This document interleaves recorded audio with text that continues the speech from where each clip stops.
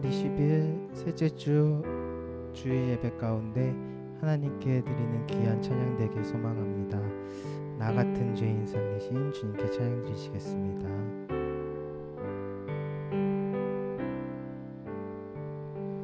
나 같은 죄인 살리신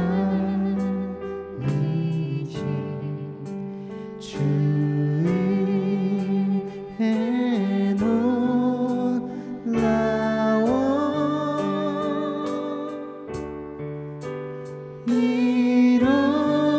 잃었던 생명 찾았고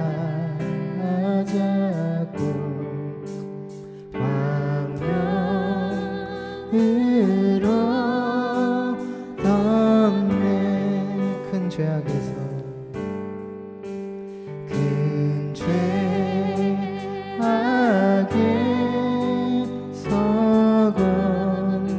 건지신 주의 고마워 나 처음 믿은 그 시간 귀하고 귀하다. 이제껏 내가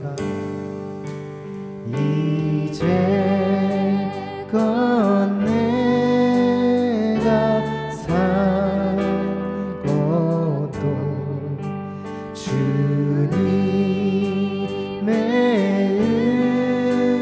은혜라.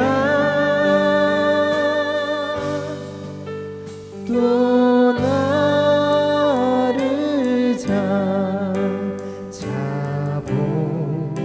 찾아보냐를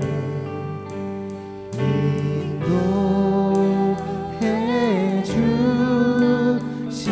주시니 거기서 우리 영원히 거기서 우리 영원히 주님의 은혜로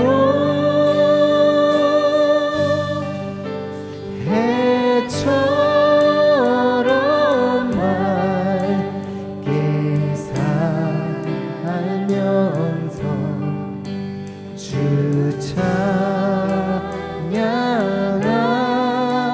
찬양하리라. 우리 1절만 다시 한번 찬양합니다. 나 같은 죄인 나 같은 죄인 살리신 주의 놀라워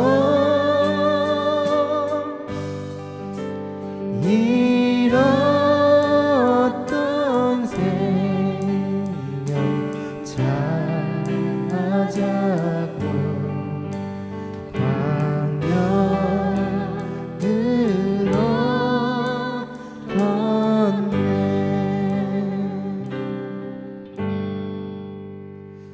사랑이 많으신 하나님 아버지 감사합니다. 정말 아무것도 아닌 우리를 위해 이 땅에 오셔서 정말 우리를 구원해 주신 주님 정말 너무도 감사드립니다. 우린 너무도 보잘것없고 연약하고 죄인이지만 언제나 주님을 믿으며 나아갑니다. 정말 주님께서 함께 하시기에 우리가 정말 힘을 얻고 살아갈 수 있음을 우리 입술로 고백하며 주님께 감사하는 귀한 시간 될 수 있게 도와주시옵소서. 예수님의 이름으로 기도했습니다. 아멘.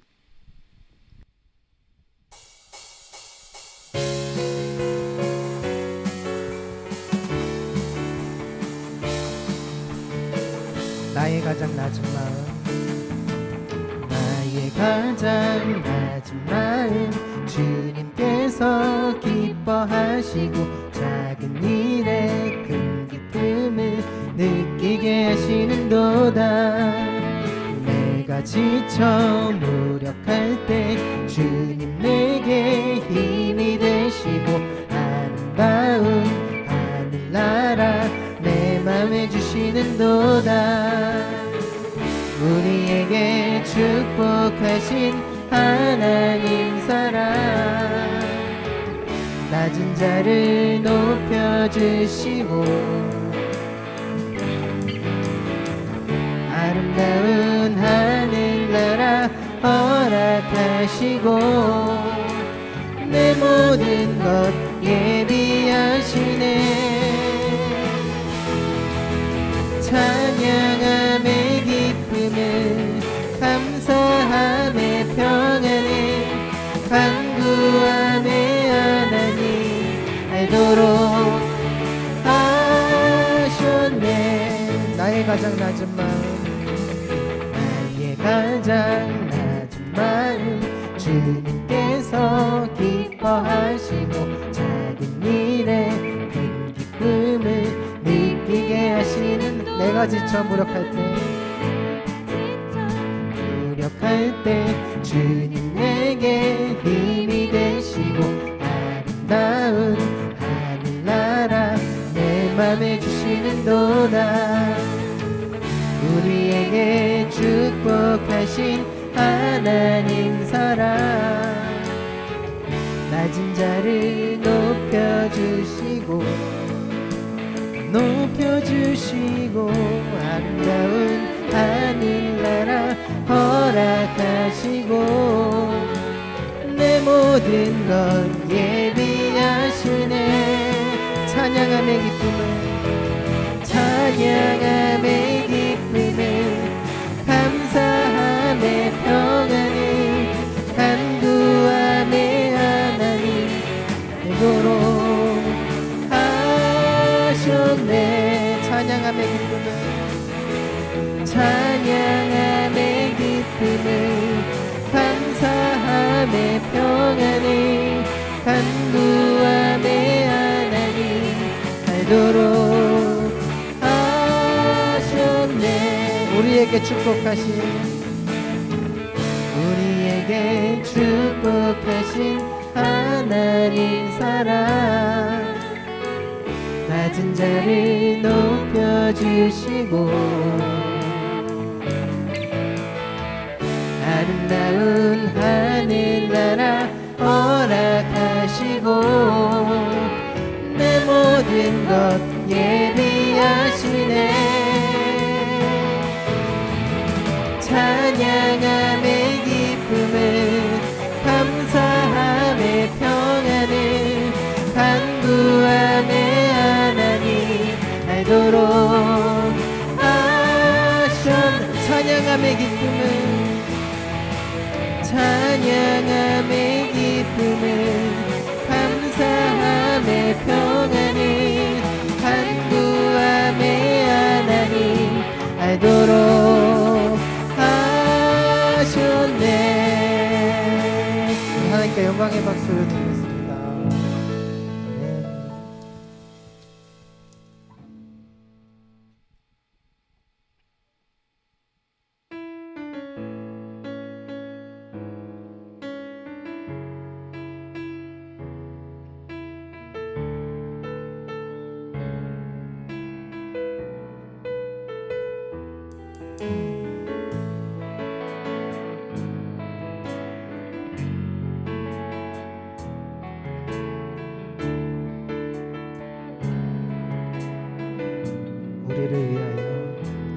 우리를 위하여 이 땅에 오셨네. 죄인 구하시려 생명을 주셨네. 주의 마음으로 세상을 섬기며 이 땅 회복하신 십자가를 져 우리를 위하여 이 땅에 오셨네. 죄인 구하시려 생명을 주셨네. 주의 마음으로 세상을 섬기며 이 땅 회복하신 십자가를 전하니 그는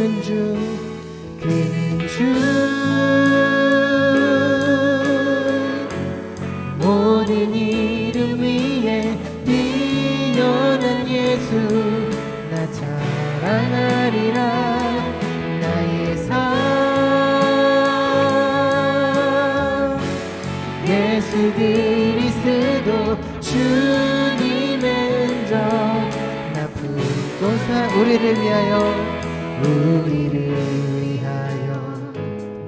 이 땅에 오셨네 죄인 구하시려 생명을 주셨네 주의 마음으로 세상을 섬기며 이 땅 회복하신 십자가를 전 우리를 위하여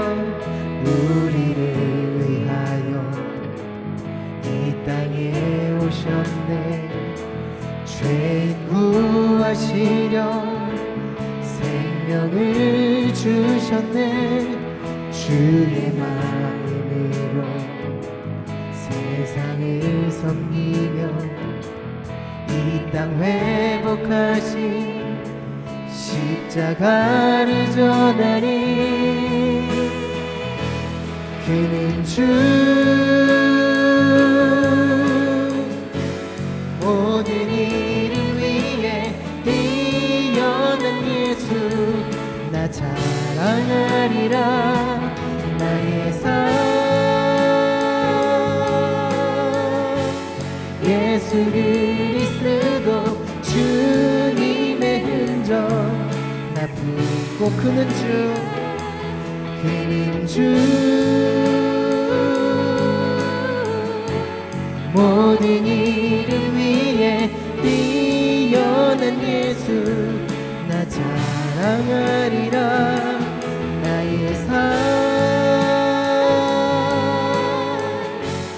예수 그리스도 주님의 흔적 나쁘고 살리라 온 땅에 주인 되신 주님이 내 이름 아시며 상한 마음도 보시네 어둠을 밝히시는 새벽별 방황하는 내 맘 주의 길 비추시네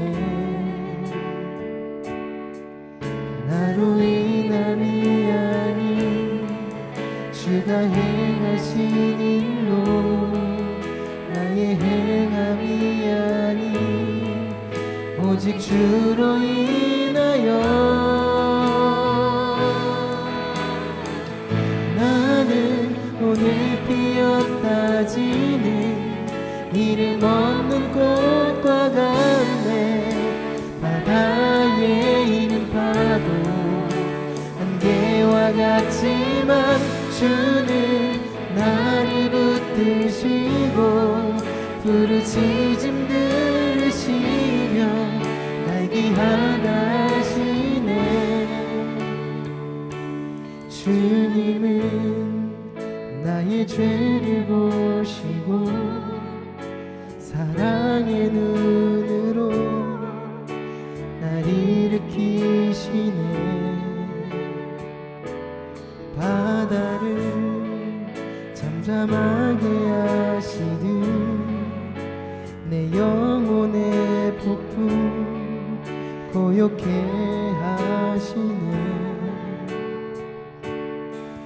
나로 인함이 아닌 주가 행하신 일로 나의 행함이 아닌 오직 주로 인하여 나는 오늘 피었다 지는 이름 없는 꽃과 같네 바다에 있는 파도 안개와 같지만 주는 나를 붙드시고 부르짖음 들으시며 날 귀하다 하시네 나는 오늘 피었다 지는 이름 없는 꽃과 같네 바다에 있는 파도 안개와 같지만 주는 나를 붙드시고 부르짖음 들으시며 날 귀하다시네. 나는 오늘 피었다 지는 이름 없는 꽃과 같네. 바다에 있는 파도 안개와 같지만 주는 나를 붙드시고 부르짖음 들으시며 날 귀하다시네. 나 오직 주의 것, 나 오직 주의 것, 나 오직 주의 것, 나 오직 주의 것.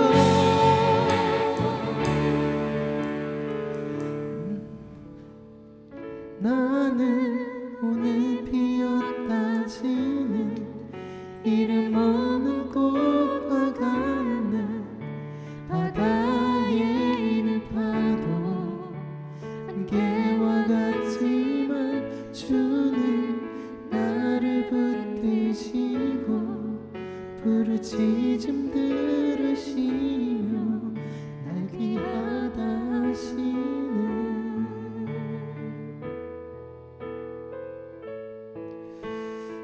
정말 아무것도 아닌 우리를 위하여 정말 이 땅에 오신 주님, 우리는 죄인입니다. 정말 오직 주님이 없으면 우리는 정말 아무것도 할 수 없고 정말 무너질 수밖에 없습니다. 하나님, 언제나 우리를 이끄시는 주님, 정말 주님께 감사하며 나아갈 수 있도록 도와주시옵소서. 온전히 주님을 믿으며 주님을 따르며 주님을 섬기는 귀한 삶이 될 수 있게 정말 우리의 삶을 이끌어 주시옵소서. 이 시간 주님께 다 같이 기도하며 예배로 나아가시겠습니다.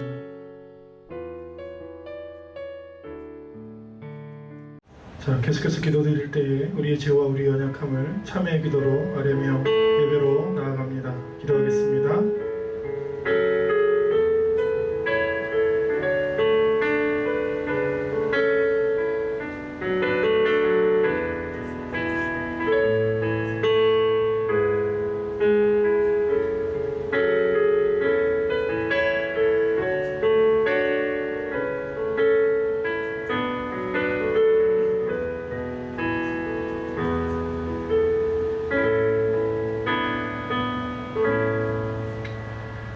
그리스도 예수 안에 있는 자에게는 결코 정죄함이 없나니 이는 그리스도 예수 안에 있는 생명의 성령의 법이 죄와 사망의 법에서 너를 해방하였음이라.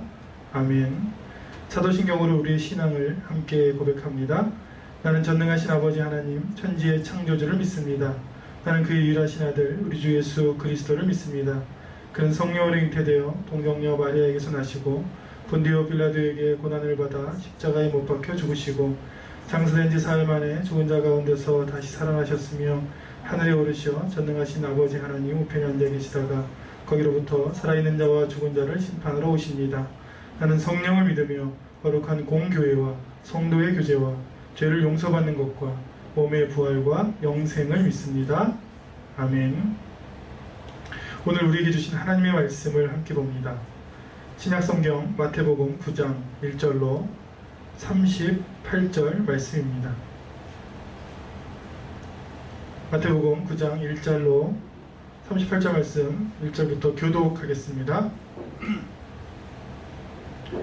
예수께서 배에 오르사 건너가 본 동네에 이르시니 침상에 누운 중풍병자를 사람들이 데리고 오거늘 예수께서 그들의 믿음을 보시고 중풍병자에게 이르시되 작은 자야 안심하라 내 죄사함을 받았느니라. 어떤 서기관들이 속으로 이르되 이 사람이 신성을 모독하도다. 예수께서 그 생각을 아시고 이르시되 너희가 어찌하여 마음에 악한 생각을 하느냐. 내 죄 사함을 받았느니라 하는 말과 일어나 걸어가라 하는 말 중에 어느 것이 쉽겠느냐. 그러나 인자가 세상에서 죄를 사하는 권능이 있는 줄을 너희로 알게 하려 하노라. 지고 중풍병자에게 말씀하시되 일어나 내 침상을 가지고 집으로 가라 하시니 그가 일어나 집으로 돌아가거늘 우리가 보고 두려워하며 이런 권능을 사람에게 주신 하나님께 영광을 돌리니라. 예수께서 그곳을 떠나 지나가시다가 마태라 하는 사람이 세간에 앉은 것을 보시고 이르시되 나를 따르라 하시니 일어나 따르니라. 예수께서 마태의 집에서 앉아 음식을 잡수실 때에 많은 세리와 죄인들이 와서 예수와 그의 제자들과 함께 앉았더니 바리새인들이 보고 그의 제자들에게 이르되 어찌하여 너희 선생은 세리와 죄인들과 함께 잡수시느냐. 예수께서 들으시고 이르시되 건강한 자에게는 의사가 쓸데없고 병든 자에게라야 쓸데있느니라. 너희는 가서 내가 긍휼을 원하고 제사를 원하지 아니하노라 하신 뜻이 무엇인지 배우라. 나는 의인을 부르러 온 것이 아니요 죄인을 부르러 왔노라 하시니라. 그때 요한의 제자들이 예수께 나와 이르되 우리와 바리새인들은 금식하는데 어찌하여 당신의 제자들은 금식하지 아니하나이까. 예수께서 그들에게 이르시되 혼인집 손님들이 신랑과 함께 있을 동안에 슬퍼할 수 있느냐. 그러나 신랑을 빼앗길 날이 이르리니 그때에는 금식할 것이니라. 생배 조각을 낡은 옷에 묻히는 자가 없나니 이는 기운 것이 그 옷을 당기어 헤어짐이 더하게 됨이요. 새 포도주를 낡은 가죽 부대에 넣지 아니하나니 그렇게 하면 부대가 터져 포도주도 쏟아지고 부대도 버리게 됨이라. 새 포도주는 새 부대에 넣어야 둘이 다 보존되느니라. 예수께서 이 말씀을 하실 때에 한 관리가 와서 절하며 이르되 내 딸이 방금 죽었사오나 오셔서 그 몸에 손을 얹어 주소서. 그러면 살아나겠나이다 하니 예수께서 일어나 따라가시며 제자들도 가더니 12해 동안이나 혈루증을 앓는 여자가 예수의 뒤로 와서 그 겉옷가를 만지니 이는 제 마음에 그 겉옷만 만져도 구원을 받겠다 함이라. 예수께서 돌이켜 그를 보시며 이르시되 딸아 안심하라 네 믿음이 너를 구원하였다 하시니 여자가 그 즉시 구원을 받으니라. 예수께서 그 관리의 집에 가사 피리 부는 자들과 떠드는 무리를 보시고 이르시되 물러가라 이 소녀가 죽은 것이 아니라 잔다 하시니 그들이 비웃더라. 무리를 내보낸 후에 예수께서 들어가사 소녀의 손을 잡으시며 일어나는지라. 그 소문이 그 온 땅에 퍼지더라. 예수께서 거기에서 떠나가실새 두 맹인이 따라오며 소리질러 이르되 다윗의 자손이여 우리를 불쌍히 여기소서 하더니 예수께서 집에 들어가시매 맹인들이 그에게 나아오거늘 예수께서 이르시되 내가 능히 이 일을 할 줄을 믿느냐. 대답하되 주여 그러하노이다 하니 이에 예수께서 그들의 눈을 만지시며 이르시되 너희 믿음대로 되라 하시니 그 눈들이 밝아진지라. 예수께서 엄히 경고하시되 삼가 아무에게도 알리지 말라 하셨으나 그들이 나가서 예수의 소문을 그 온 땅에 퍼뜨리니라. 그들이 나갈 때에 귀신 들려 말 못하는 사람을 예수께 데려오니 귀신이 쫓겨나고 말 못하는 사람이 말하거늘 무리가 놀랍게 여겨 이르되 이스라엘 가운데서 이런 일을 본 적이 없다 하되 바리새인들은 이르되 그가 귀신의 왕을 의지하여 귀신을 쫓아낸다 하더라. 예수께서 모든 도시와 마을에 두루 다니사 그들의 회당에서 가르치시며 천국 복음을 전파하시며 모든 병과 모든 약한 것을 고치시니라. 우리를 보시고 불쌍히 여기시니 이는 그들이 목자 없는 양과 같이 고생하며 기진함이라. 이에 제자들에게 이르시되 추수할 것은 많되 일꾼이 적으니 그러므로 추수하는 주인에게 청하여 추수할 일꾼들을 보내주소서 하라 하시니라. 아멘.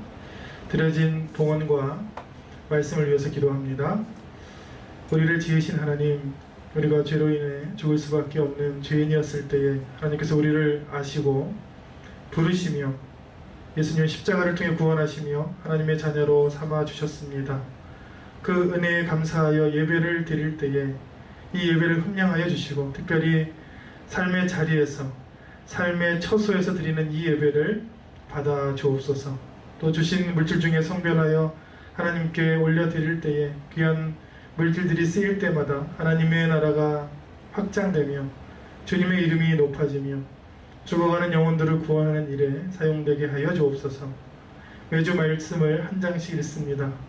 읽을 때마다 주님 주신 예비하신 은혜를 받게 하여 주시고 읽는 자, 듣는 자, 그 가운데 기록된 것을 지키는 자가 복이 있다 하셨사오니 말씀을 듣고 아멘하며 행하는 자가 되게 하여 주옵소서. 이 시간을 온전히 주님께 의지하오며 예수님 이름으로 기도합니다. 아멘. 할렐루야. 아멘. 우리 가정에서 예배드리는 우리 더 주님의 가족들, 또 많은 성도님들의 가족에 오늘 말씀을 통해 하나님의 은혜가 충만하시기를 먼저 축원합니다. 아멘. 오늘 말씀은 백조로 시작하려고 그래요. 다 아시죠? 백조가 아름다운 것, 특별히 혼자 있는 것보다 백조가 두 마리가 이렇게 함께 사랑을 나누면 마치 그 모양이 하트 같이 생겼잖아요. 그래서 백조는 이름을 보면 흰백 세조에서 하얀 새다. 영어는 스원이지만 백조잖아요. 백조가 흰색이라고 생각했습니다. 언제까지냐면 1697년까지. 백조를 무조건 희다고 생각했는데 네덜란드의 한 탐험가가 1697년에 호주에서 까만색 백조를 발견했어요. 그때 유럽 사람들이 큰 충격을 받아요. 왜냐하면 백조는 희다고 생각했는데 이제 검은 게 나온 거예요. 블랙 스완이라고 하죠. 검은 백조. 전혀 예상하지 못한 일이 일어나는 것을 경제용어로 블랙 스완이라 합니다. 블랙 스완이 뭐냐면 우리의 경험과 우리의 생각으로는 절대 일어날 일이 아닌데 예측하지 못하고 심지어는 해결책도 없는 심각한 경제 충격을 블랙스완이라고 하고, 지금 시대가 그런 시대입니다. 이런 일이 일어날지 몰랐는데 올해 1월, 2월에 보면 정말 전 세계 모든 경제가 마비되다시피 일어났어요. 2008년에 일어났던 서브프라임 모기지론 사태에 이어서 한 12년 만에 뭐 이런 일이 있을 수 있는가라고 큰 충격이 왔잖아요. 이 블랙스완을 대표하는 가장 큰 예가 1998년에 있었던 천재들의 실패라고 일컬어지는 롱텀 캐피탈 매니지먼트, 줄여서 LTCM이라고 하겠습니다. 이 LTCM이라는 회사를 차렸는데 뭐 결과적으로 얘기하면 쫄딱 망해요. 누가 세웠냐면 정말 대단한 사람들이 세웠습니다. 1997년 노벨 경제학상 수상자 2명과 천재 투자자 존 메리웨더가 세웠어요. 이 노벨상을 받은 사람들은 로버트 머튼과 마이런 슐츠는 블랙 슐츠 모형으로 지금까지 예측하는 가치를 매기지 못했던 주식의 파생 상품을 마치 물리학처럼 증명해냈어요. 이게 어느 정도로 충격을 줬냐면 이 경제학계에 마치 뉴턴이 만유 인력을 발견한 것과 똑같다 할 정도로 굉장한 파장을 일으켰어요. 그래서 당연히 노벨 경제학상을 받았고, 이 2명과 천재 투자자가 합쳐서 우리 셋이 우리의 경험 그리고 그 지식 이론이면 분명히 우리 투자는 돈을 벌 수 있다 하고 이제 회사를 차렸죠. 어떻게 됐냐면 첫 해 28%, 두 번째 59%, 3년째 57%의 수익을 올린, 이건 놀라운 일입니다. 여러분 1억 맡기면 한 3년 내에 막 3억씩 되는 거예요. 그래서 세상에 있는 모든 사람들이 돈을 싸가지고 가서 제발 저희 돈을 맡겨주세요 하고, 그 단기간에 20몇 년 전 일입니다. 그 단기간에 125조의 돈이 들어와요. 이 매니지먼트, 이 3명이 세운 회사에 이 정도 돈이 들어오는데 결과는 98년에 쫄딱 망합니다. 파산하는데 무려 손실을 100조의 손실을, 전 세계 금융시장에 큰 충격을 주죠. 물론 뭐 금융회사가 파산할 수도 있죠. 근데 뭐냐면 저 천재들이 인류 역사상 가장 완벽한 모델을 만들어냈던 사람들과 천재적인 사람들이 그들의 경험과 그들의 예측과 그들의 지식을 가지고 만든 그 컴퓨터 프로그램, 그리고 몇 년 동안 승승장구했던 그들의 그 프로그램이 하루아래 망할지 모르는데 왜 망했냐면 러시아가 채권을 발행하고 못 갚겠다, 쫄딱 망. 근데 이 사람들이 수천 조분에 절대 그런 일은 일어나지 않는다고 생각했거든요. 우리는 지금도 그렇게 생각해요. 백조는 흰색이고 내 경험과 내 상식은 맞아, 그리고 이런 일은 일어나지 않을 거야. 그런데 왜 마스크 쓰고 있습니까? 여러분들은 예배 시간에 그럴 줄 몰랐잖아요. 이렇게 예배 드릴 줄 몰랐잖아요. 집에서 방송 유튜브로 예배 드릴 줄 몰랐잖아요. 이 내용들이 오늘 성경에 등장해요. 우리가 갖고 있는 고정관념들을 깨서 이 말씀을 볼 때 이게 성경이 맞나 싶을 정도로, 그리고 우리가 갖고 있는 생각들이 마태복음 9장에서 산산조각이 나는데, 우리의 백조가 희다는 생각, 이 까만 백조를 봤을 때 충격적인 일이 9장 13절에 등장합니다. 예수님께서 서기관들은 율법 학자들을 얘기해요. 지금으로 얘기하면 신학생들이 되겠네요. 율법을 공부하는 사람들한테 얘기해서, 너희는 가서 성경책을 펴서 호세아 6장 6절을 펴봐, 이거예요, 오늘 말씀. 그리고 거기 보면 분명히 하나님께서 내가 긍휼을 원하고 제사를 원치 아니하노라 하신 뜻이 무엇인지 배우라. 다시 얘기해 볼까요? 여기 신학생이 와 있으니까, 신학생이 신학교 가서 구약 성경 펴가지고 하나님은 예배를 안 받으신다, 그러니 사랑이나 전하라, 그 말을 다시 배우고 와. 똑같아요. 지금 예배를 꼭 드려야 된다고, 대면 예배를 드려야 된다고 일부 기독교에서 아우성을 치고 있습니다. 성경은 뭐라고 했어요? 예배를 원하지 않는다. 예수님께서 말씀하셨잖아요. 다시 배우고 와. 예수님께서 오신 이유는 의인을 부르러 온 것도 아니고, 의로운 교회를 보러 온 것도 아니고, 의로운 사람들을 만나려고 온 것도 아니고, 부족하고 예배를 못 드리고 힘들어하는 들에서 온 것이다.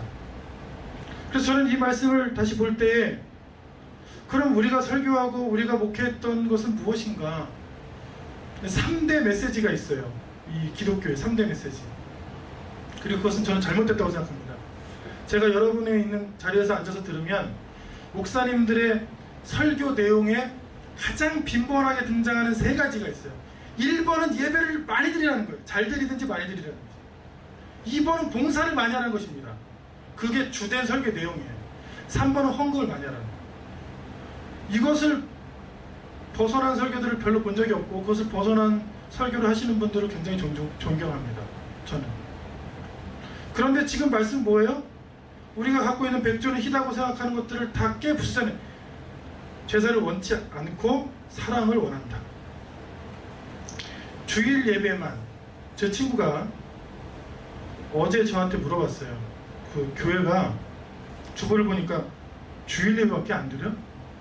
원래 코로나 이전부터 저희 교회가 세웠을 때부터 주일 예배밖에 안 드렸죠? 그래서 왜 그러냐고요. 왜? 주일 예배, 수요 예배, 금요 예배, 월상 예배, 새벽 예배, 저녁 예배 많이 드려야 되는 거 아니야? 이거? 그렇게 생각하는 거예요. 우리 많이 드려야 된다. 교회를 세울 때부터 제가 기도했어요. 성경에 보면 주일 예배가 나오는데, 그 주일 예배를 전심으로 영과 진리로 먼저 드려보고 생각해보죠. 그냥 사람들은 그냥 많이 드려야 좋다고 생각해요. 교회를 많이 나가는 사람들이 문제를 일으키고 있어요. 지금 문제를 일으킨 사람들은 교회에서 합숙하면서 예배를 드렸던 사람들이에요. 밤이고 낮이고 새벽이고 기도했던 사람들이라고. 지금 문제를 일으키고 있는 사람들이에요. 많이 드려야 된다. 예수님께서 사마리아 지역을 가셨는데, 사마리아 사람들은 성경에 나옵니다. 개라고 불렀습니다. 개.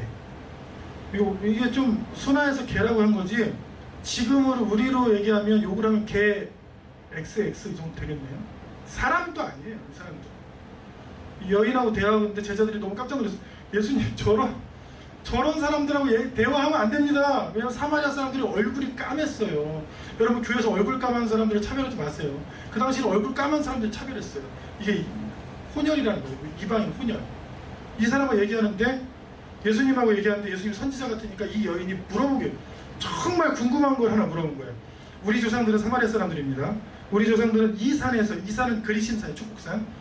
우리 조상들은 이 산에서 예배를 하였는데, 당신들의 말은 예배할 곳이 예루살렘에 가본 적은 없죠. 나라가 나눠졌으니까. 예루살렘에 있다고 합니다. 어디서 드려야 됩니까? 저는 지금 혼란스럽습니다. 예수님, 선지자님. 우리는 축복산에서 드려야 된다고, 당신은 예루살렘에서 드려야 된다는데 어디서 드려야 예배를 하나님께서 받으십니까? 예수님께서 뭐라고 답변하셨어요? 하나님은 영이시니 장소가 중요한 것은 아니다. 예배하는 자가 영과 진리로 예배하면 된다. 근데 왜 지금 이 블랙스완 사태가 떨어진 이 시대에 굳이 대면에서 예배를 드린다고 주장하는 사람들은 성경을 읽지 않습니까? 그래도 2000년 전이나 지금이나 물어봤잖아요. 대면에서 드려야 되는 건지, 모여야 드려야 되는 건지, 축복스러운 이름에서 드려야 되는 건지, 큰 교회에서 드려야 되는 건지, 화려한 곳에서 드려야 되는 건지. 예수님의 답변은 한결같아요. 하나님은 육이 아니시니까, 하나님 영이시니까 그런 건 중요한 것이 아니다. 우리 마음속에 어떤 옷을 입는지, 물론 단정한 옷을 입는 게 좋죠. 저도 그렇게 말씀을 합니다. 단정한 옷을 입는 게 좋아요. 근데 그게 다가 아니다. 하나님 영이시기 때문에 우리 영과 마음을 꿰뚫어 보시기 때문에 예배를 드릴 때 우리 마음이, 우리 영이 오직 하나님만 바라보는 것이 훨씬 더 중요한데, 그것들을 제껴놓고 무조건 대면 예배를 강행한다, 뭘 해야 된다 하는 사람들을, 그 백조는 희다고 생각하는 사람들을 오늘 성경이 깨고 있는 거죠. 그래서 이런 말씀이 오늘 말씀에 등장해요. 여러분 잘 아시죠? 새 술은 새 부대. 제가 다시 번역하면 말씀을 완전히 새로운 생각에 담아라. 대화를 해보면 완전히 새로운 생각으로 제가 완전히 새롭게 살고 싶습니다 하는 사람 없습니다. 네. 남녀가 새로 만나잖아요. 그럼 사귀는 거예요. 남녀가 만나서 사귀는 거예요. 내가 완전히 새로운 사람으로 나가서 너를 사귀고 완전히 새로운 가정을 꾸리게 하면 잘해요. 성경은 그렇게 나와 있어요. 결혼할 때 너희가 부모를 떠나서 둘이 한 몸이 되라. 그런 사람이 어디 있습니까? 안 떠납니다. 절대 자기가 갖고 있는 걸 버리지 않아. 자기 고집, 자기 아집, 자기 방식, 자기 생각. 그래서 같이 살기가 힘든 거예요. 지금 같이 사귀기가 힘들고 같이 살기가 힘든 사람 손을 들어주세요. 네. 자기가 문제인 거예요. 자기는 전혀 새로운 것들을 하지 않고 이 사람이 새로워지기만 바라죠. 말씀은, 삶은 완전히 새로운 것에 담아야 돼요. 제가 식단 조절을 하고 있어요. 식단 조절. 식단 조절을 영어로 하면 뭡니까? 네, 다이어트는 운동도 아니죠. 사전체험 다이어트를 뭐라고 써있냐면 식이요법이라고 써있어요. 식단 조절은 식이요법. 먹을 거 다 먹고 먹을 거에서 좀 줄여서 먹어요. 전 믿지 않습니다. 그런 사람은 없어요. 그러다가 이제 실패하죠. 식단 조절이라는 것은 먹는 것을 완전히 끊는 것을 의미합니다. 그리고 완전히 새로운 것을 먹는 것을 의미해요. 그게 식단 조절이에요. 어느 선수나 어느 피트니스 하는 사람이나 어느 대회 나가서 보세요. 자기가 먹는 걸 잠깐 줄여서 나가는 사람 어디 있습니까? 완전히 새로운 걸 먹습니다. 완전히 자기가 먹는 짜고 달고 하는 음식들을 다 끊고 완전히 새로운 것을 먹는 것을 식단 조절이라 하지, 그냥 하던 걸 잠깐 줄여서 어느 정도 대처를 해볼게요. 말씀도 마찬가지입니다. 오늘 이 말씀을 들을 때 완전히 새로운 생각이 말씀을 담아야지 새 술은 새 부대에 담는 거예요. 예수님께서 말씀하신 바, 야, 낡은 헝겊에 생배를 붙여봐라. 둘 다 망하고. 새 포도 주셨는데 너무 아까워서 옛날 쓰던 부대 한번 담아봐라. 그게 아예 안 하니만 못하다고 오늘 말씀이 나와 있어요. 그러니까 말씀을 듣는 태도도 마찬가지예요. 말씀을 듣는데 내가 갖고 있는 생각, 내가 갖고 있는 상식, 백조는 희다 다 갖고 있고 좋은 말씀 좀 들려주세요. 제가 좀 제 삶에 한번 첨가 좀 해보게요. 그런 사람들이 문제예요. 이렇게 완전히요.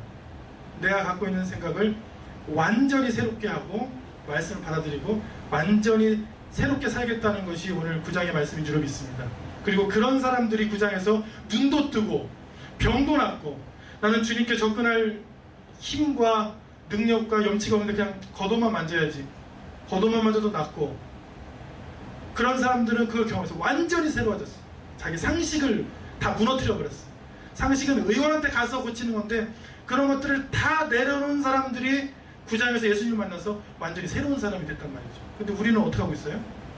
우리는 아직도 그래도 99.99% 백조는 하얀색일 거야 라고 생각하고 있죠. 우리의 상식이. 오늘 말씀을 들으면서 우리의 본래 생각들이 사라지고 주님이 주시는 생각으로 가득 차기를 축원합니다. 아멘. 1절 말씀에 이런 말씀이 나와요. 예수께서 배에 오르사 건너가 본동네는 나사렛은 아닙니다. 본동네는 가버나움을 얘기해요. 에 이르시니, 이 가버나움은 본동네예요. 본래 자기가 가진 생각을 의미해요. 거기서 아주 독특한 사건을 주님께서 맞이해요. 뭐냐면 중풍병자. 여러분 중풍병자 보신 적 있으십니까? 저희 아버지가 중풍병을 앓다가 소천하셨어요. 사람이 중풍병을 앓면 참 참혹한 게 사지가 움직이지 않습니다. 사지. 손 발 다. 그리고 말을 하는데 중풍병을 앓게 된 뇌의 반대쪽 몸이 움직이지 특별히 더 안 움직이니까 입 중에 반이 안 움직여요. 입 이렇게 해서 여기가 안 움직이니까 이렇게 얘기해요. 건강한 사람이 입을 이렇게 삐뚤어서 아주 어눌하게 알아듣지 못하게 말라고 사지는 움직일 수 없는 상태. 그런 아버지를 제가 장남인데 아들이 본 거죠. 얼마나 참혹했는지 그때 기억이 나요. 차에 실려서 저희 집에 왔는데 그 차에서 빼낼 수가 없었어요. 몸이 일자로 굳어서 트렁크에 실려왔어요. 사람이. 근데 그런 사람을 데리고 왔을 때 고쳐야죠. 저는 병원에 이제 갔죠. 고치는데 이상해요. 말씀을 보면 데려온 사람들의 믿음을 보시고 뭐라고 했습니까? 빨간 줄 3번째 줄에 작은 자야 안심하라, 소자야 안심하라, 내 죄 사함을 받았느니라. 이상하잖아요. 네. 이렇게 보통 예수님 같으면 작은 자야 일어나라 하시든 이렇게 하면 좋잖아요. 그리고 사람들은 다 그걸 기대했잖아요. 그 9장에서는 유독 왜 예수님께서 말씀을 이렇게 하시는 것입니까? 우리의 그 생각을 깨시려고 한 거예요. 그 당시에 보고 있던 사람들과 서기관들의 생각을 다 깨시려고, 우리가 갖고 있던 상식과 경험들을 다 깨셔서 새로운 생각을 주시려고 한 건데, 보면 서기관들이 3절에 속으로 이르되 이 사람이 신성모독하도다. 우리는 서기관이에요. 지금 성경 학자란 말이에요. 성경을 잘 알고 있는 사람이란 말이죠. 예수님께서 나도 안다, 나도 내 죄 사함 받았느니라 하는 말과 일어나 걸어가라 하는 말 중에 어느 것이 쉽겠지, 일어나 걸어가라 하는 게. 근데 왜 굳이 왜 했어요? 6절에 왜? 답도 다 가르쳐 주셨네요. 6절 같이 했습니다. 그러나 인자가 세상에서 죄를 사하는 권능이 있는 줄 너희로 알게 하려 하노라 하고 이제 일어나 걸어가라 해서 낳게 하셨죠. 무슨 얘기입니까? 우리의 뭘 깬 거예요? 십자가 없이 치유는 없다. 뭐냐면 교회 나와서 저희 십자가 잘 모르고요, 치유해주세요, 치유해주세요. 막 목사님 막 혀를 막 꼽아서 우르르 하면서 막 치유하고, 뭐 저 사업이 망해서 사업, 그럼 사업 잘 되게 해주세요. 그러니까 지금 이 교회에서 하고 있는, 건강하지 못한 교회에서 하고 있는, 대부분의 교회는 잘하지만 건강하지 못한 교회에서 하고 있는 그 행태들이 뭐예요? 십자가 없이 하는 거예요. 십자가 없이 결혼생활 잘 이루어지게 해주세요, 옆에 있는 여친과 잘 되게 해주세요, 뭐 평안하게 해주세요, 행복하게 해주세요, 블랙스완 일어나지 않게 해주세요. 뭐 대부분이 뭐라고요? 십자가로 우리를 구원하는 구원의 은혜랑 별 관계없는, 그게 먼저가 아닌 다른 것들이 넘쳐나고 있으니까 주님께서 그냥 일어나 걸어가라 해도 되는데, 거기에 굳이 죄사함을 받았고 이미 구원을 받았고 몸도 구원을 받으라. 이게 얼마나 복인가. 그 복을 모르는 거예요. 왜?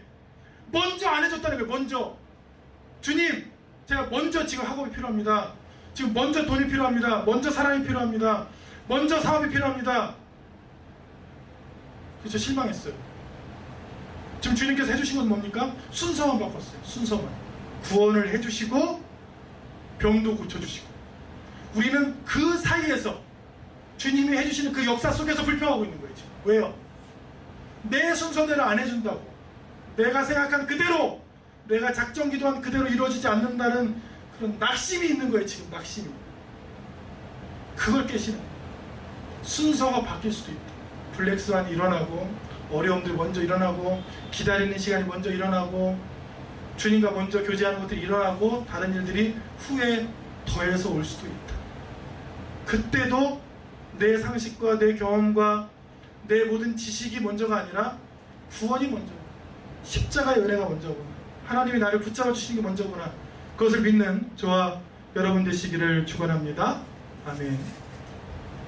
오늘 말씀은 새 술은 새 부대에 담아라는 말씀이고, 우리의 백조는 하얗다는 생각들을 다 깨부시는 말씀이라 했죠. 새 말씀은 완전히 새로운 공동체에 담아라. 이것도 이상해요. 9장 말씀은 다 이상해요. 9절에 예수님께서 지나가시다가 지금 마태라는 사람인데, 지금 마태복음입니다. 이 복음을 쓴 사람이에요. 마태라는 사람이 어디에 앉아 있었어요? 세관에 앉아 있었는데 이 세관이 문제야. 이 세관에 앉아있는 인간들은 다 나쁜 인간들이에요. 하나같이 나쁜 놈들이에요. 하여튼. 그런데 사람들이 이렇게 쳐다보고 있는데 예수님께서 거기 나쁜 사람 중에 제일 나쁘고 똑똑한 사람 너 내 제자가 되라, 나를 따르라 했더니 난리가 난 거예요. 아니 여기 훌륭한 사람들이 지금 얼마나 많이 따라다니는데 여기 똑똑한 사람, 가말리엘 학파, 힐렐 학파, 공부 잘하는 사람, 말 잘하는 사람, 윤리적으로 기도 잘하는 사람, 금식 잘하는 사람 얼마나 많은데 저 나쁜 인간을 왜 그러는 거예요? 하나님께서는, 예수님께서는 왜 이렇게 나쁜 사람, 어눌한 사람, 다른 사람 보기엔 좀 부족한 사람, 쟤는 절대 안 될 거야 하는 사람, 그런 사람들을 사용하시는 거예요. 왜? 우리의 생각을 다 깨시는 거예요. 이 세관에 있는 세리들의 문제가 뭐냐면 로마 사람보다 이 사람들을 더 싫어했어요. 백성들이 같은 자기 백성인데 로마 사람들이 이렇게 하는 거예요. 야 저기 사람들한테 한 사람당 10,000원씩 세금 징수해와. 근데 얘네들이 20,000원씩 뺐네 와서. 그리고 10,000원은 어디다 가져가요? 자기 주머니다. 그러니 우리가 일제강점기 때 우리나라 사람 출신 순사를 더 싫어했잖아요. 그 일제에 붙어가지고 우리나라 사람들을 더 괴롭혔잖아요. 그 똑같은 사람들. 그래서 10절에 보면 이 세리뿐만 아니라 마태의 집에 앉아. 그 마태라는 건 세리입니다. 그 세리니까 나쁜 놈들이 잘 보이는 집에 앉아 음식을 잡수시는데 마태 친구들 다 똑같은 놈들. 많은 세리와 죄인들을 원어로 읽으면 최하층민 이런 뜻이에요. 그리고 더러운, 율법적으로 정결법으로 더러운 사람들이 함께 앉았어요. 기생충 같은 인간들, 착취하는 죄인들, 절대 만나면 안 되는 사람들. 인도에 가면 불가촉천민이 있고 불가시천민이 있어요. 불가촉천민은 카스트 제도에 들어가지도 못하고 절대 만지면 안 되는 짐승 같은. 그래서 강아지는 물을 먹을 수 있는데 그 사람은 이쪽으로 오면 안 되는 정도고, 불가시천민은 봐도 안 돼. 그거 보는 것만으로 더러운 인간들을 불가시천민이라고 해요. 인도에 지금도 있어요. 그런 사람들이. 그 사람 출신으로 장관이 된 사람이 인도에 한 분 계시죠. 그런 사람들. 그랬더니 바리새인들이, 여러분 바리새인들은 깨끗한 사람입니다. 바리새인들은 일주일에 금식을 2번 하고 기도를 소리 높이, 기도 시간이 있습니다. 하루에 3번. 그리고 일주일에 2번 금식하고 11조를 철저히 하는 사람을 바리새인들이라 하고, 그런 사람들은 보통 기성교회에서 참 좋아하는 사람들입니다. 금식 잘하고 헌금 잘 내며 출석을 잘하는 사람들이라고 보면 됩니다. 그런 사람들이 야, 네 선생, 너 선생은 하필이면 마태 같은 세리, 기생충 같은 인간하고 하층민들하고 더러운 사람들하고 함께 잡수시느냐.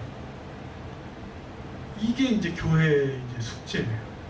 제가 우리 교회가 아니고 많은 교회들을 섬겼는데, 한 교회를 섬길 때에 노숙자 예배를 인도한 적이 있어요. 한 달에 한 번씩 제가 노숙자 예배를 인도했는데, 교회가 이제 제법 커요. 예배 드릴 공간이 충분해. 근데 노숙자 예배는 저 별관에 있는 주차장에서 드리라는 거예요. 왜? 냄새가 나요. 그래서 이제 사람들이 항의를 했어요. 아무리 노숙인이지만 예배를 드리는데 이제 좀 본당에 모셔서 같이 예배를 드리면 안 되겠냐. 그래서 딱 한 주 드렸어요. 한 주. 제가 기억이 납니다. 한 주 드렸는데 난리가 난 거예요. 그 토요일에 교회 오신 분들은 다 얘기했어요. 냄새가 나서 본당에 못 들어가겠다고 또 난리 쳐가지고 또 계속 드리고 있어요. 그렇게 계속 그냥 저 주차장 끝에서. 제가 목회하면서 제일 부끄러웠던 적이 그때예요. 성경이 분명히 이런 사람들과 함께 하라고, 심지어 예수님은 그런 사람들을 찾아가시는 분이었어요. 근데 지금 우리 교회의 모습은 어떻습니까? 더럽다, 냄새난다. 이 말씀은 우리를 깨시는 말씀이죠. 우리는 너무 깨끗해요. 우리는 너무 말쑥합니다. 우리는 너무 많이 배웠어요. 우리는 높아졌어요. 우리는 예수님하고 많이 달라요. 이 말씀 읽으면서도 제가 많이 찔려요. 너무 배우고 너무 높아졌고 너무 깨끗해요. 근데 말씀은 안 그렇잖아요.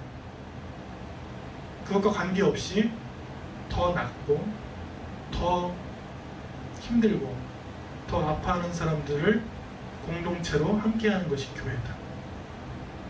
저와 여러분들이 그런 사람이 되기를 축원합니다. 점점 더 우리 더 주님의 교회가 더욱더 더 아픈 사람, 너무 사고를 많이 쳐서 안 받아주는 사람, 저 사람은 교회에서 인기가 없어요. 그런 사람들, 세상에서 칭찬을 못 받는 사람들, 힘든 사람들의 친구가 되기를 바랍니다. 아멘. 예수님께서 들으시고 건강한 자에게는 의사가 쓸데없고 병든 자에게라야 쓸데있느니라 하고 이 말씀을 하신 거예요. 그렇게 깔끔한 사람들과 모여서 예배 드리는 그 제사는 원치 아니하고 나는 사랑이 있는 제사를 원한다. 그러니까 이 말씀을 제대로 읽어보면 예배를 드리지 말라는 얘기는 아니죠. 그렇죠? 사랑이 없는 예배를 싫어하신다는 얘기였죠. 예배를 원하시죠. 어떤 예배를 원하십니까? 사랑이 있는 예배를 원해요. 그래서 제가 지난주에 저희가 설교를 녹화하고 또 찬양을 녹화하잖아요. 찬양을 녹화하는데 찬양의 녹화에 실수가 있었다는 거예요. 찬양의 실수가. 그 재녹화하는 것이 어떻겠느냐. 그래서 그냥 내보내자 했어요. 왜냐하면 그 잘하려고 하는 거 아니에요. 여러분 찬양 반주 찬양 이거를 이 카메라로 찍어서 대단한 작품과 잘하려고 하는 게 아니라 그런 걸 원치 않으세요. 하나님께서 실수가 있더라도 하나님을 사랑하는 마음으로 하면 돼요. 근데 문제가 뭐냐면 교회에서 보면 꼭 잘하시는 분들은, 높으신 분들, 귀가 높으신 분들, 프로페셔널하신 분들은 화를 내. 그거 왜 틀려가지고 그냥 노래도 음도 안 올라가는데 성가대 와가지고 괜히 물만 흘고. 그러니까 우리 막 교회가 상처받아. 그게 중요한 게 아니라니까. 그러네. 조금 못해도 노래를 좀 못하거나 반주가 좀 느리거나 좀 틀려도 뭐만 있으면 된다고요? 하나님 사랑하는 마음으로 하고 서로 사랑하는 마음으로 마음을 맞춰서 하나님께 찬양을 드리면 비록 영상에는 틀리게 나올 수 있지만 하나님 보시기에는 참 흡족한 예배로 받으실 줄 믿습니다. 그런 마음이 깨지는 거죠. 우리 마음속에 더 화려하게 하고 싶고 더 좋게 하고 싶은 마음들은 10분 이해예요. 그것도 예배의 일부분이니까. 그러나 그 이전에 사랑이 있어야 됩니다. 하나님을 사랑하고 이웃을 사랑하고 함께하는 사람들을 사랑하는 마음들이 있어야 예배다. 저 여러분들 이런 예배를 드리시기를 축원합니다. 아멘. 새 술은 새 부대에 담아라. 새로운 말씀들을 완전히 새로운 생각에 담으라 그랬죠. 오늘 말씀 드리고 또 금식 갖고 이제 또 트집을 잡습니다. 아니 왜 금식을 안 합니까? 왜 이렇게 많이 먹습니까? 당신 제자들은 이렇게 사람들이 이제 트집을 잡았어요.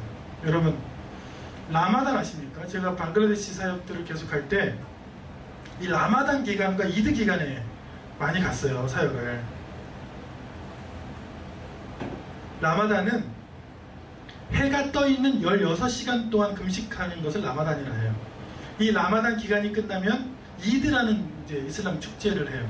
근데 이 라마단 기간이 몇십일이 지나잖아요. 그러면 사람들이 종교와 관계없이 이렇게 마를 것 같잖아요. 여러분 이드 기간에 보면 사람들이 토실토실 살이 쪄 있어요. 왜냐하면 라마단 16시간만 금식하는 거예요. 저녁에 저녁만 되면 폭식을 해. 여러분 사람이 여기 사진 사람이 요만한데 그릇이 이만해. 진짜예요. 가봐 보세요. 저녁에 먹는 그릇이 쟁반 이만해요. 저 깜짝 놀라서 사람이 저렇게 많이 먹을 수 있나. 더 먹어. 한 6개 먹어요. 한 끼에 6끼니를 먹는 거예요. 근데 그게 무슨 의미가 있나. 저기 금식하는 의미가 뭐예요? 금식하는 의미가 뭐예요? 자기를 절제하고 조용한 시간을 갖고 그 먹는 시간에 말씀을 읽고 묵상하는 거잖아요. 그러니까 여기는 금식이 중요한 게 아니라 그냥 율법이에요. 그냥 하라니까 16시간만 그냥 하는 척 하는 거고 그 나머지 8시간은 마음 퍼먹는 거예요. 그게 무슨 금식입니까? 마음이 없잖아요. 예배를 드리는데 뭐 그런 이해도 되지만 더 화려하게 해라. 그러니까 제가 목회를 하면서 많은 담임 목사들을 봤어요. 야, 더 화려하게, 더 화려하고 막 조명을 막 비치고 막 더 사운드를 더 크게 하고 뭐 좋습니다. 그래서 그게 진짜 진실된 마음에서 나왔던 거라면 좋겠어요. 그러나 아니라면 대부분 아닌 것 같은데 아니라면 그게 무슨 의미가 있을까? 그런 제사를 원치 아니하고 긍휼이 있는 제사를 원한다. 15절에 이런 예를 듭니다. 그들에게 야 지금은 결혼식이야. 결혼식에 왜 슬퍼하니? 결혼식에는 먹고 춤추는 게 당연하지. 근데 신랑이 빼앗길 날이 올 거야. 장례식이야. 지금 무슨 얘기 하셨습니까? 예수님께서 상황을 가려 보면서 하라는 거예요. 신앙생활. 여러분, 신앙생활도 지금 시대에는 절제하는 게 신앙이에요. 결혼식장 가서 막 애국하고 장례식장 가서 막 춤춰들고 미친 사람 아닙니까 그거? 근데 지금 일부, 아주 극소수 일부 기독교가 미친 사람이잖아요. 지금 왜요? 그 자체가 미친 사람은 아니에요. 때를 분간을 못하는 것뿐이에요. 지금 결혼식과 장례식을 좀 구분했으면 좋겠다. 우리가 구분할 수 있잖아요. 오늘 말씀처럼 그거를 구분을 못하는 것을 지금 말씀하고 있는 거예요. 구분을 해라. 기뻐할 때랑. 여러분, 사순절이라는 기간은 혹시 아십니까? 재수요일에 시작해서 부활절로 끝나는 사순절 기간이 있어요. 그 기간이 여러분 세보면 40일이 아닙니다. 한 46일 나올 거예요. 왜 그렇습니까? 사순절이 40일이에요. 왜 46일이에요? 45일, 46일 이렇게 나와요. 주일을 뺐어요. 사순절은 평일만 사순절이에요. 평일만 수요일부터 토요일까지 숫자를 세면 40일이 나올 거예요. 주일을 왜 뺐어요? 주일은 금식을 안 했어요. 우리 기독교 역사를 보면 주일은 주님이 나신 작은 부활절이라고 불렀어요. 그러니까 구분을 한 거예요. 아무리 사순절 기간이라도 평일만 금식하고 주일은 먹고 힘써 찬양을 불렀어요. 기독교 역사에서. 지금 우리 전통적인 역사에도 구분을 할 수 있어요. 지금 제가 보면 교회가 구분을 못해요. 지금 뭐를 해야 될지를 구분하고 분별하는 것들이 신앙이거든요. 예수님께서 그 얘기를 하는 거예요. 아니, 지금은 금식할 때가 아니잖아. 금식할 때를 가려서 하고 기도할 때를 가려서 하고. 예수님께서 사람들이 많이 있는데 막 하늘을 우러러 막 기도하는 모습 보여준 적 거의 없습니다. 축사하실 때 그 음식 축사하실 때 빼고. 보통 기도를 예수님께서 언제 하셨어요? 네, 한적한, 새벽에 한적한, 또 저녁에 한적한 곳에 가. 그 기도할 때를 구분하셨던 것 뿐이지 기도를 보여주려고 하신 것이 아니잖아요. 근데 지금은 대부분 보면 지금을 무엇을 할 때인지 분별하지 못하는 시대다, 이렇게. 여러분, 분별하시기 바랍니다. 코로나 시대는 절제하는 시대고요. 비대면 예배 드리는 게 미덕이고요. 그게 긍휼을 가지고 예배 드리는 거예요. 그 정도를 구분할 수 있는 교회들이 99% 이상이고 1%도 안 되는 교회들이 매스컴에 나와서 오히려 교회에 물을 흐리는 것이 참 안타깝습니다. 말씀이 이어집니다. 생배 조각을 낡은 옷에 붙이는 자는 없고 새 포도주는 새 부대에 넣어야 된다. 이게 무슨 말씀이냐면 다 알겠지만 말씀을 들을 때 아예 그냥 옛날 옷을 다 벗고 옛날 부대를 내려놓고 듣는 게 낫대요. 여러분, 새로 제가 결심했습니다, 결단했습니다 할 때는 그냥 새로, 완전히 새로 하는 게 낫대요. 예전에 옷을 갖다 붙이는 거 둘 다 터진대요. 예전에 거 아까워가지고 갖고 있다가 포도주도 쏟아지고 그것도 터진대요. 그러니까 결단하라는 거예요. 결단이라는 말을 제가 설명했죠. 결은 결심할 결자예요. 단은 끊을 단이에요. 완전히 끊고 새로 결심해서 나가는 말씀을 주신 거예요. 완전히 새롭게 하죠. 말씀들은 또 이어집니다. 새 술은 완전히 새로운 생각에 담아라. 자기 생각을 갖고 있던 사람들은 주님을 보면 비웃었어요. 그리고 34절에 보면 비난했습니다. 두 부류가 나와요. 24절에 보면 야, 이 소년은 죽은 게 아니야 했더니 잔다 했더니 비웃는 사람. 이 소년 일어났죠. 34절에 보면 맹인의 눈을 고쳤는데 그거는 귀신의 왕 바알셉을, 귀신의 왕을 의지해서 쫓아낸 거예요. 자기 생각일 뿐이에요. 참 안타깝습니다. 마태복음 9장에 나오는 사람들이 두 부류가 있는데 자기 생각에 빠져있는 사람들은 아주 불행한 사람들. 그냥 이건 아니야, 내 상식엔 이건 아니야, 인정 못해, 나 못 믿어 했던 사람들이에요. 나머지 엄청 많은 사람들이 9장 1절부터 38절까지 엄청 많은 사람들이 다 어떤 사람이냐면 구원받은 사람, 나은 사람, 밝히 본 사람 엄청나요. 그런 사람들은 뭐예요? 다 끄는 사람. 제가 주님을 만난 이 순간, 오늘 이 예배를 통해 이전의 제 모습은 다 끊어버렸어요. 제가 새 부대가 됐습니다. 새로운 마음과 새로운 결단을 주세요.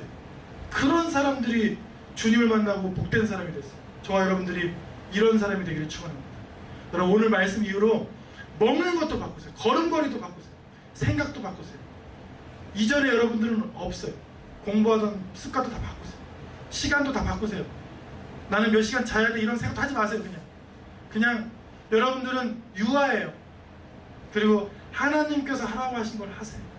완전히 새로워져서 이전에 나는 없고 완전히 새로운 부대에 주님 더 많은 열매들을 주세요. 줄 줄로 믿습니다. 주실 줄로 믿습니다. 하나님께서 여러분들에게 이전과 결단되고 끊고 새로운 은혜들을 부어 주실 줄로 믿습니다. 아멘. 이 사역들을 세 가지로 정리했죠. 예수님께서 35절에 같이 있습니다. 예수께서 모든 도시와 마을에 두루 다니사 그들의 회당에서 가르치시며 천국 복음을 전파하시며 모든 병과 모든 약한 것을 고치시니라. 네, 완전히 교회를 완전히 바꿔야 되겠어요. 교회가 너무 집회 위주예요. 교회에 많이 모여서 많이 일하고 많이 내면 좋은 걸로 이제 교회가 바뀌었는데 그게 교회 아닙니다. 예수님의 사역을 보면 가르치시고 말씀 전파하시고 사람들을 고치시는 게 교회예요. 한 사진을 보여드릴 텐데 언더우드 선교사님과 아펜젤러 선교사님, 레이놀즈 선교사님, 호주 데이비스 선교사님이 순회 전도하는 사진인데 이 순회 전도할 때 말씀만 전한 게 아니에요. 아이들도 가르치고 약을 가지고 다니면서 사람들을 치유하셨던 일들이 있어요. 그래서 다 했어요. 여러분 1913년까지 우리나라에 33곳의 선교병원을 선교사들이 세웁니다. 왜 그랬을까요? 오늘 말씀 때문에 그래요. 고치시고 가르치시고 치유하고 학교도 세우시고 1907년에 장대현 교회에 성령이 일어났죠. 성령이 일어났다고 성령 사역한 것만 아닙니다. 성령이 떨어지면서 오히려 병원과 학교들이 늘어났어요. 그러니까 오직 제사 그게 아니에요. 뭡니까? 요약하면 뭐예요? 실천이 있는 제사, 긍휼이 있는 제사라고. 긍휼이 있는 제사. 삶의 영역에서 사람들과 만나서 삶의 자리에서 무엇인가 하나님의 말씀이 가르쳐지고 고쳐지고 전달되고 어우러지는 실제 일들이 일어나는 제사가 이미 100년 전에 우리나라 교회에서 있었어요. 지금은 그냥 집회입니다. 교회는 집회로 바뀌었어요. 교회가 변해요. 교회 기존 교회는 코로나 이전의 교회들은 완전히 없어졌습니다. 지금 비대면이잖아요. 없어지고 새로 생기면 돼요. 집회 위주가 아니라 예배를 드리는 사람들은 사랑이 생겨서 사람을 만나기 시작하고 가르치기 시작하고 고치기 시작하고 제가 예수님 때문에 공부를 할래요. 예수님 때문에 사업할래요. 저 예수님 때문에 요리를 배울래요. 제가 예수님 때문에 삶의 자리에 나가서 사람들을 한번 섬겨볼래요. 하는 게 정상입니다. 그게 정상이에요. 예수님 제가 잘 믿으니까 맨날 교회만 나올래요. 절대로 안 됩니다. 그렇게 하지 마세요. 저 일부러 주일 예배만 드릴 거예요. 6일은 세상에 나가세요. 세상에 나가서 하나님 주신 사랑을 베푸세요. 살아있는 예배를 드리세요. 그게 하나님이 원하는 제사일 줄로 믿습니다. 하나님께서 우리 이 세 부대에 새로운 말씀을 주시고 새로운 은혜를 주셔서 지금 오늘 이후의 삶이 이전의 삶과 완전히 다른 은혜의 삶이 될 줄로 믿습니다. 기도하겠습니다. 하나님 감사합니다. 새 술은 새 부대에 담는다고 하셨습니다. 옛 부대가 있으면 옛 낡은 조각이 있으면 오히려 더 손해다. 주시는 말씀도 담을 수 없고 옛 것도 다 찢어져가는 말씀을 들을 때에 우리가 완전히 새로운 사람이 되게 하여 주옵소서. 완전히 새로운 생각을 하게 하여 주옵소서. 완전히 새로운 마음으로 주님의 말씀을 받아들이는 주님의 은혜를 주님이 열어주신 소망의 삶을 받아들이는 사람이 되게 하여 주옵소서. 지금 예배를 드리는 또 가정에서 삶의 처소 예배를 드리는 그 자리에 하나님 찾아가 주셔서 이 가정이 이 생각이 이 마음이 완전히 새로워지게 하여 주옵소서. 이제는 우리 주 예수 그리스도의 은혜와 하나님의 사랑과 성령께서 주시는 새로운 생각이 이 시간 새 포도주 새 은혜를 새 부대에 담기로 결단하는 주의 자녀들 삶과 가정과 여생과 하고자 하는 모든 비전 위에 지금부터 영원히 함께 하시기를 간절히 축원하옵나이다. 아멘.